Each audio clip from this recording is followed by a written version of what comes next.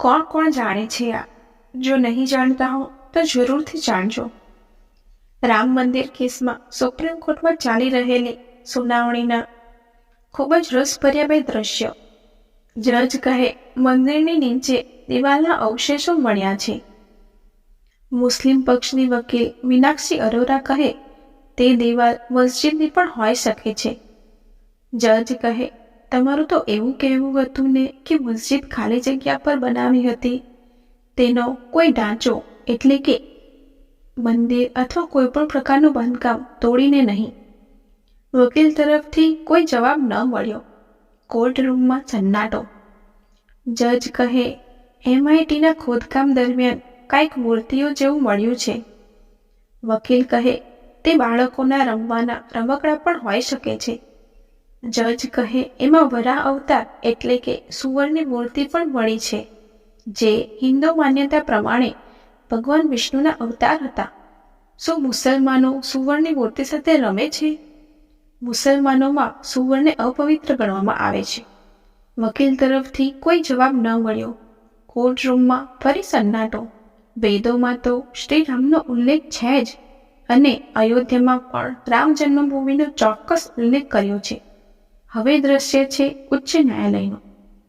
શ્રી રામ જન્મભૂમિના પક્ષમાં અરજદાર તરફથી ઉપસ્થિત હતા ધર્મચક્રવર્તી તુલસીપીઠના સંસ્થાપક પદ્મ વિભૂષણ એવોર્ડ વિજેતા જગતગુરુ રામભદ્રાચાર્યજી, જેઓ વિવાદાસ્પદ સ્થળ શ્રી રામ જન્મભૂમિ હોવાના પ્રમાણ પર પ્રમાણ આપી જતા હતા. ન્યાયાધીશની ખુરશી પર બેઠેલા વ્યક્તિ મુસલમાન હતા. તેમણે વેધક સવાલ કર્યો, તમે લોકો બધી જ વાતોમાં વેદોનું પ્રમાણ માંગો છો, તો શું તમે વેદો દ્વારા પ્રમાણિત કરી શકો છો કે શ્રી રામનો જન્મ અયોધ્યામાં એ જ સ્થળે થયો હતો? જગતગુરુ રામભદ્રાચાર્યજીએ, જેઓ સંપૂર્ણપણે નેત્રહીન છે, એક પળનો પણ વિલંબ કર્યા વગર કહ્યું, આપી શકું છું મહોદય. અને એમણે ઋગ્વેદની જૈમિની સંહિતાનું વિવરણ આપવાનું શરૂ કર્યું, જેમાં સરયુ નદીના સ્થાનથી દિશા અને દોરીથી ચોક્કસ જગ્યાએ શ્રી રામ જન્મભૂમિનું સ્થાન બતાવ્યું. કોર્ટના આદેશથી જૈમિની સંહિતા મંગાવવામાં આવી અને એમાં જગતગુરુએ કહેલા પૃષ્ઠ સંખ્યા ખોલીને જોવામાં આવ્યું તો વિવાદાસ્પદ સ્થળ એ જ સ્થાન પર હતું. અને જગતગુરુ રામભદ્રાચાર્યજીના વક્તવ્યે ફેસલાની રૂખ હિન્દુઓ તરફ વાળી. મુસ્લિમ જઈને સ્વીકાર કર્યો કે આજ મેં ભારતીય પ્રજ્ઞાચક્ષુનો ચમત્કાર જોયો.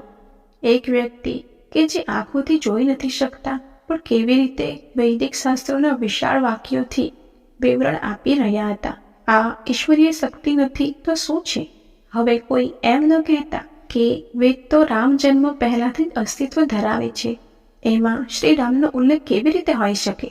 વેદોના મંત્રદ્રષ્ટા ઋષિ ત્રિકાળજ્ઞ હતા, જેઓને ભૂત, ભવિષ્ય અને વર્તમાન ત્રણેય કાળનું જ્ઞાન હતું.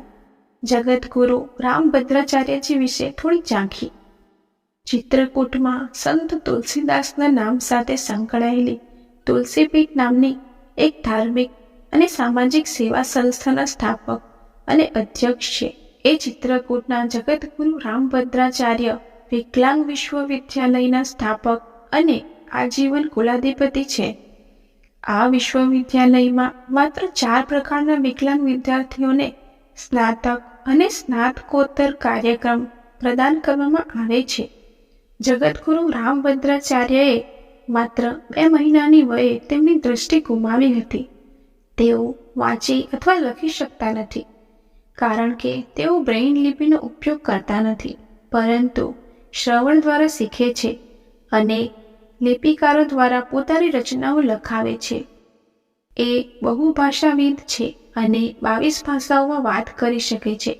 તેમણે હિન્દી, સંસ્કૃત, અવધી, મૈથિલી અને અન્ય કેટલીક ભાષાઓમાં સ્વયંસ્ફૂર્ત કવિ અને રચનાકાર છે. તેમણે 80થી વધુ પુસ્તકો અને ગ્રંથો રચ્યા છે. તેમને ભારતમાં તુલસીદાસ પર સર્વશ્રેષ્ઠ વિશેષજ્ઞમાં ગણવામાં આવે છે.